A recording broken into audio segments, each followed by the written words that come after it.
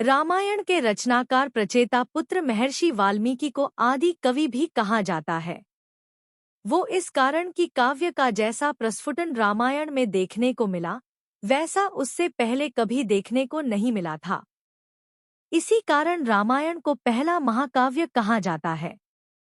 रामायण के बाद महर्षि वेदव्यास द्वारा रचित महाभारत ही उस स्तर का महाकाव्य बना, किंतु फिर भी रामायण जितना भावनात्मक है, कदाचित महाभारत में भी वैसा भाव देखने को नहीं मिलता। इससे पहले कि हम वीडियो में आगे बढ़े, यदि अभी तक आपने हमारे चैनल धर्म संज्ञान को सब्सक्राइब नहीं किया है, तो कृपया सब्सक्राइब कर लें ताकि आने वाली वीडियो का नोटिफिकेशन सबसे पहले आपको मिलता रहे। आदि कवि वाल्मीकि के महाग्रंथ रामायण का जो महत्व है, वैसा ही महत्व रामायण के पहले श्लोक का भी है, जिसे आदि श्लोक कहा जाता है। ये श्लोक वास्तव में अद्भुत है, क्योंकि न केवल इस श्लोक के कारण महर्षि वाल्मीकि को रामायण लिखने की प्रेरणा मिली, अपितु इस छंदबद्ध रचना को ही प्रथम बार शुद्ध श्लोक एवं काव्य की उपाधि दी गई।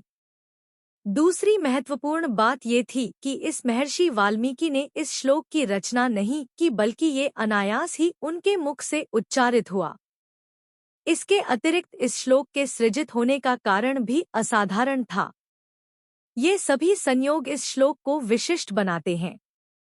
एक बार देवर्षि नारद महर्षि वाल्मीकि से मिलने आए। देवर्षि को आया देखकर महर्षि ने उनकी अभ्यर्थना की और उनका स्वागत कर उनके आने का आशय पूछा।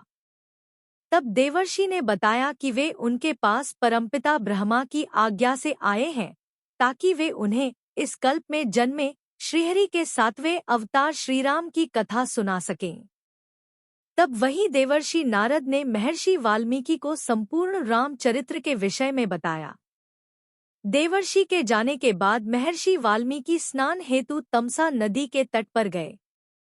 वहां उन्होंने क्रौंच, सारस पक्षी के एक जोड़े को क्रीड़ा करते देखा, जिसे देखकर वे मुग्ध हो गए। तभी एक निषाद बहेलिया ने नर क्रौंच पक्षी को अपने बाणों से बींध दिया, जिससे उसकी मृत्यु हो गई। तब मादा क्रौंच उसके विरह में अत्यंत करुण स्वर में क्रंदन करने लगी। ये देखकर महर्षि वाल्मीकि को अत्यंत क्रोध आया और सहसा उनके मुख से एक श्राप निकल पड़ा। मां निषाद प्रतिष्ठा त्वंगमा शाश्वतीह समाधः यत्क्रौंच मिथुनादेकम अवधीह कामोहितम।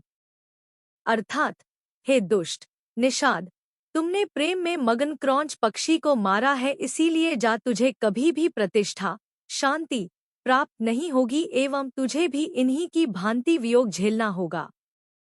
महर्षि ने श्राप दे दिया, किंतु इससे वे अत्यंत व्यथित हुए। उन्होंने क्रोध को जीत लिया था, किंतु फिर भी उनके मुख से ऐसा भीषण श्राप कैसे निकला, ये सोचते हुए वे वापस अपने आश्रम आ गए।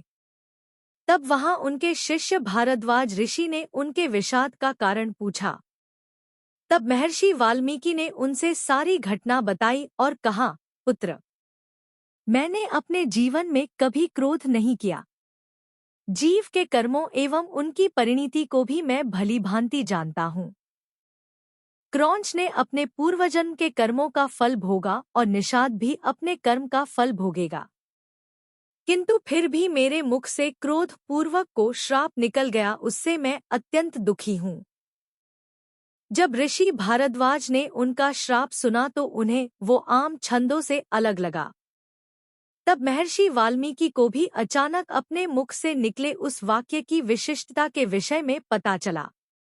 उन्होंने भारद्वाज से कहा, हे वत्स, ये वास्तव में अद्भुत छंद है। ये 4 चरणों में बंटा हुआ है और प्रत्येक चरण समान रूप से 8 अक्षरों में बंटे हुए हैं। ये लयबद्ध गाया भी जा सकता है। इसीलिए 32 अक्षरों के इस समूह को मैं श्लोक की उपाधि देता हूँ और ये संसार का प्रथम काव्य माना जाएगा। उस श्लोक की रचना तो हो गई, किंतु उसका श्राप रूपी अर्थ अभी भी महर्षि वाल्मीकि के मन को व्यथित कर रहा था। तब स्वयं परमपिता ब्रह्मा ने उन्हें दर्शन दिए और उनसे कहा कि उन्हीं के प्रेरणा से स्वयं माता सरस्वती ने उनके मुख से उस श्लोक को कहलवाया है।